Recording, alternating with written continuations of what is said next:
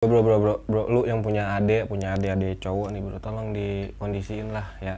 Apalagi dia kalau lagi ngelihat yang namanya telolet gitu tuh. Ya gue nggak menyalahkan itunya ya, cuman yang harus diperhatiin adalah ketika adik-adik lu atau saudara-saudara sepupu-sepupu lu, ponakan gitu kan yang lagi resep-resepnya nih sama telolet gitu.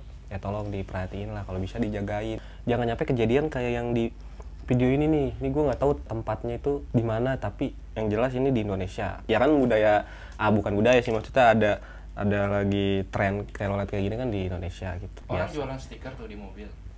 Terus Banyak bocah-bocah yang kayak nyamperin mobil gitu. tahu nggak?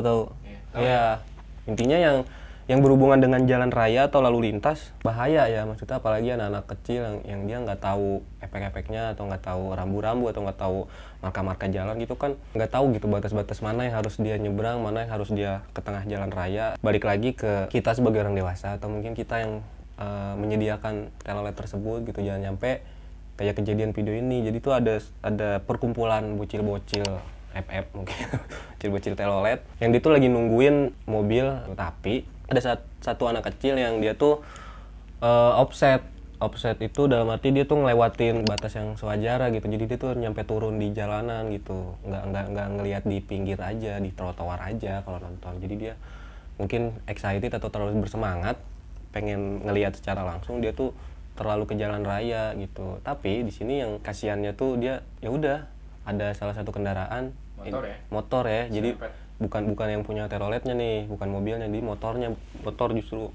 Mungkin motor nggak tahu motor orang random kah atau motor anak-anak itu juga, perkumpulan itu juga, tapi yang jelas dia ketarbak. Salah satu kakinya tuh yang gue bikin merinding dan kasihan tuh. Jadi ya udah potek, dan itu pun disaksiin sama teman-temannya tuh langsung pada rame ngelihat tuh, patah gitu. Jadi itu yang bikin gue kasihan. Jadi yang tadinya kita sama teman-teman lagi semangat, lagi seneng-seneng mau ngelihat yang kita sukain, tapi kita nggak sadar, kita terlalu bersemangat malah jadi potek ya gitu.